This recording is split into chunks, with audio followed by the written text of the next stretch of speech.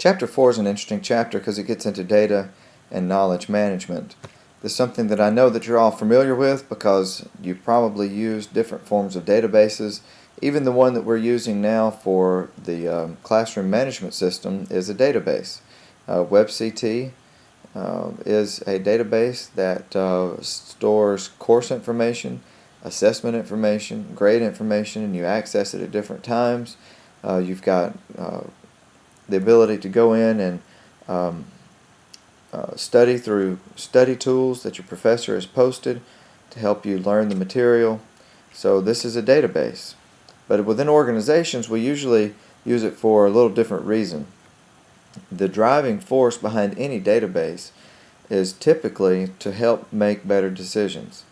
So the data, this chart here of the data life cycle really shows you what all happens to the data and where it goes to lead to the result, which is again typically to help make good decisions. So you've got your data sources on the left hand side of this life cycle: internal data, external data, and personal data.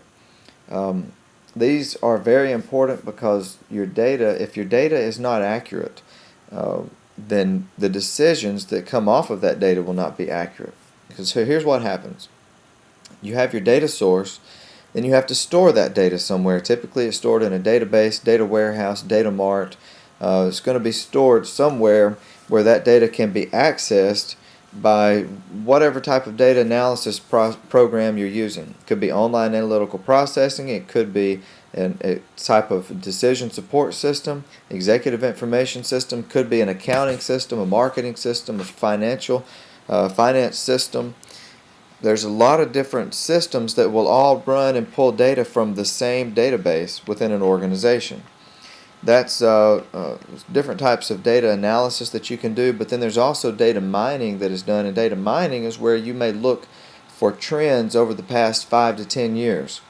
As a result of this analysis, you're going to have a data visualization, which is a form of putting all of the data and the numbers into charts and graphs that are easy to see, and from that you can make decisions.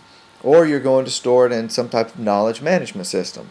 So if you've learned something, if there are facts that you have learned and trends that you have seen, you would store that information then in a knowledge management system so that the next person wouldn't have to run all the analysis. They could just pull that knowledge straight out of the knowledge management system. Now from there we're going to go into solutions. We might make changes in our supply chain management. We might make changes in our document management. In our e-commerce, we might change our strategy based on the decisions that come from the result of the data analysis. So the steps are very simple.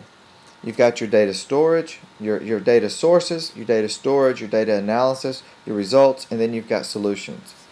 Now as you read through the rest of the chapter, you're going to see that everything fits into this life cycle at some point or another. So this is really your big overview for Chapter 4. As always, if you have any questions or anything, shoot me an email or give me a call.